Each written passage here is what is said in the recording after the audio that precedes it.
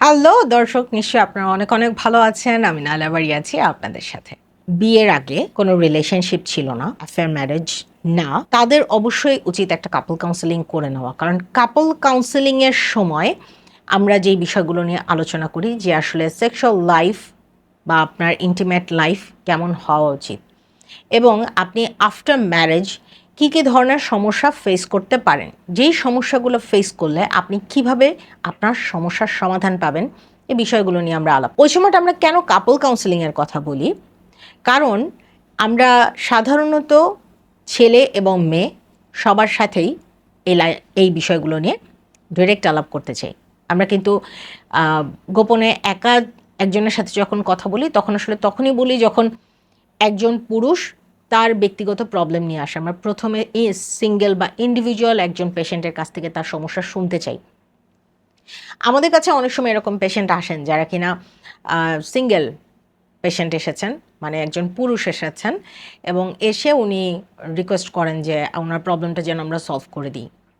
এবং সেক্ষেত্রে যদি ওনার ওয়াইফ সাথে থাকেন তাহলে আমরা চাই প্রথম যেই কাউন্সেলিং সেশনটা সেটা মূলত একজন পেশেন্ট যিনি আছেন তার সাথেই করতে, এবং পরবর্তীতে ওনার কাউন্সেলিং সেশনটা আমরা করতে চাই কাপল কাউন্সেলিং, মানে তার ওয়াইফের সাথে বা তার পার্টনারের সাথে করতে। এটার কারণটা কি?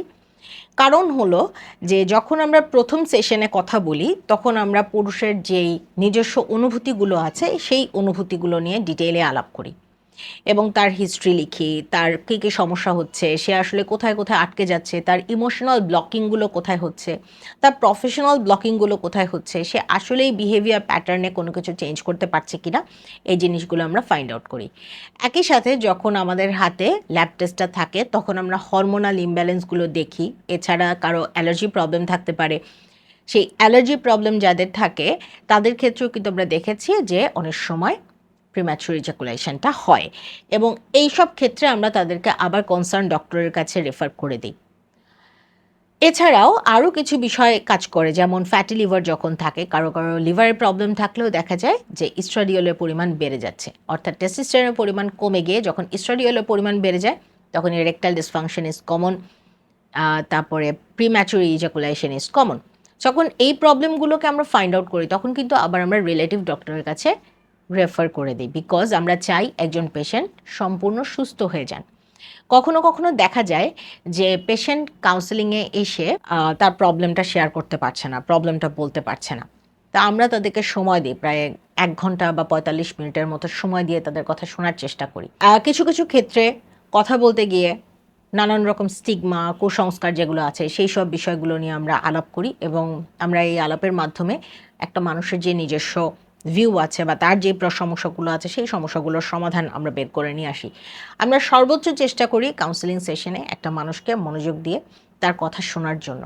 কিন্তু যখন হয় কি, প্রথম কোনো একটা সেশনে আমি হয়তো কাপল কাউন্সেলিং শুরু করলাম, কিন্তু কাপল কাউন্সেলিংয়ের ক্ষেত্রে প্রবলেম যেটা হয়ে দাঁড়ায় সেটা হচ্ছে যে ওয়াইফ ভীষণ রকমের পার্সোনাল ইস্যু নিয়ে, স্পেশালি বিহেভিয়ারাল ইস্যুগুলো নিয়ে অনেক বেশি কমপ্লেন করতে থাকেন, এবং যখন কমপ্লেন করতে থাকেন তখন যে মানুষটা অলরেডি তার ফিজিক্যাল প্রবলেম নিয়ে এসেছেন সেই মানুষটা সাপ্রেসড হয়ে যান, তার কর্টিসল লেভেল বাড়তে থাকে, এবং কর্টিসল লেভেল বাড়ার কারণে উনি কিন্তু আর কাউন্সিলরের সামনে কমফোর্টেবল হতে পারেন না।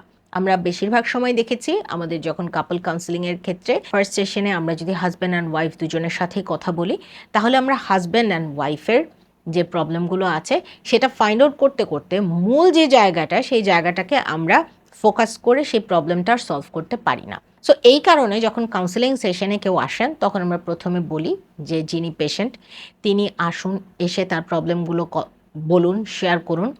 আমরা যেই টেকনিকগুলো তাদেরকে বলে দিই বা আমরা যেভাবে করে তাদেরকে যেভাবে চলতে বলি সেই বিষয়গুলো আমরা যখন বলে দিই, আমরা চাই যে ওই কথাগুলো শোনার পরে যদি ওনার ইমপ্রুভমেন্ট না হয় সেক্ষেত্রে প্রবলেমটা বুঝে আমরা ওনার পার্টনারকে নিয়ে আসতে বলি। আমরা আরেকটা জিনিস ফেস করি, সেটা হচ্ছে আমাদের যারা পুরুষ পেশেন্ট আসেন সেই পেশেন্টরা অনেক সময় তার যে পার্টনার সেই পার্টনারকে নিয়ে আসতে চান না। তিনি আগেই বলেন যে আমার পার্টনার কমফোর্টেবল না, আমার পার্টনার আসবে না, এবং যখন উনি আগে থেকেই সারেন্ডার করেন যে আমার পার্টনার আসবে না তখন তো আমাদের বুঝতে আর বাকি থাকে না যে পার্টনার আসলে এই ব্যাপারে কমফোর্টেবল না।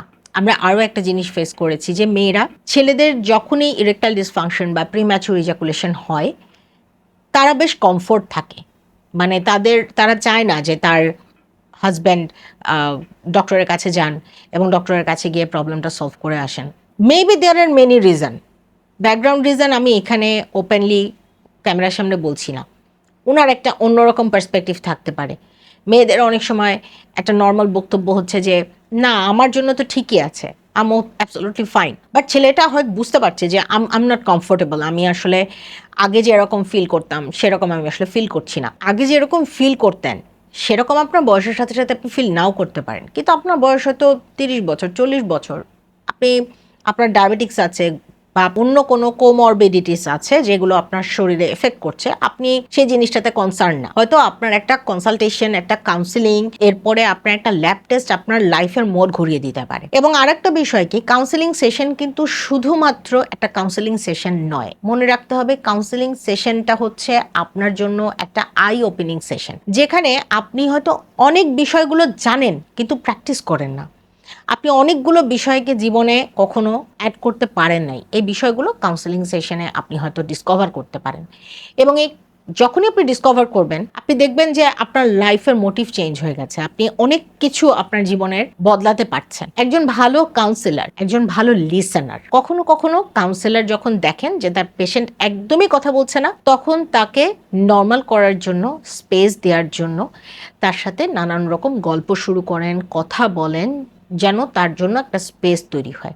কিন্তু তার মানে এই নয় যে তিনি আসলে আপনাকে স্পেস দিচ্ছেন না। আপনিও চেষ্টা করবেন নিজেকে প্রিপেয়ার করে তারপর আসতে, বিকজ আপনাকে অনেক কথা বলতে হবে, অনেক গল্প করতে হবে, বাট রিলেটিভ গল্প করতে হবে। লম্বা সময় ধরে আপনার ওয়াইফের সাথে আপনার যে ঝগড়াটা চলছে বা যে মনোমালিন্যটা চলছে, সেটা আপনি কিভাবে নিজেকে রিকভার করবেন এবং কিভাবে আপনি এটাকে ভুলে আবার নতুন একটা সুন্দর লাইফ লিড করবেন, সেটার প্রসেসটাও কিন্তু আপনি কাউন্সিলরের সাথে শেয়ার করতে পারেন। বাট একটা জিনিস কি, it's all about our mental health. আমরা তো মেন্টাল হেলথটাকে প্রায়োরিটি দেই না, আমরা মনে করি কি যে একটা ডক্টরের কাছে গেলে তিনি আমাদেরকে মেডিসিন লিখে দিবেন, মেডিসিন লিখে দিলে দুটো বড়ি কিনবো, কিনে খেয়ে ফেলবো। সো এইটার যে এতগুলো প্রসেস, কেন counselling session is very important, এই প্রসেসটা বোঝাতে গিয়েই আমরা অনেক স্ট্রাগল করি, বিকজ মানুষের মেন্টাল হেলথ বা মানুষের যে সাইকোলজিক্যাল একটা এনহ্যান্সমেন্ট দরকার, তাদের যে একটা জায়গা দরকার যেখানে তারা শেয়ার করতে পারে তাদের লাইফের প্রবলেমগুলো, এই জিনিসটা কিন্তু মানুষ কনসার্ন না। মানুষ তার শরীরের জন্য সময় দিতে চায় না, মনোযোগ দিতে চায় না এবং ঠিকমতো কথা বলতে চায় না। আপনারা যারা আমার এই ভিডিওটা দেখছেন তাদেরকে আমি আরও একবার বলতে চাই যে আপনি যদি অনুভব করে থাকেন আপনার শরীরে কোনো একটা সমস্যা বাসা বেঁধেছে এবং আপনি কোনো কারণে কনফিউজ যে আপনার আসলে কি করা উচিত, আপনি বুঝতে পারছেন না, প্লিজ ফার্মেসিতে যাবেন না। Pharmacy is not a solution. আপনি একজন প্রপার ডক্টরের কাছে যান, সেই ডক্টর যদি আপনাকে রেফার করে দেয় তখন আপনি কাউন্সিলরের কাছে আসুন। এছাড়াও আপনি ডক্টর আপনাকে যা ট্রিটমেন্টগুলো দেবেন, যেই টেস্টগুলো দেবেন, সেগুলো সময় মতো করে আবার ডক্টরের সাথে কথা বলুন, বিকজ আপনার প্রবলেমগুলো সলভ করতে হলে কিন্তু আপনার একটা সহযোগিতা দরকার। আমরা সবসময় একা একা আমাদের সমস্যার সমাধান করতে পারি না, সমস্যার সমাধানের জন্য কখনো কখনো অন্য মানুষের সাপোর্টেরও দরকার হয়। আমরা ক্লিনিক 21 থেকে আপনাদের সাথে আছি। অনেক অনেক ভালো থাকুন, সুস্থ থাকুন। আল্লাহ হাফেজ।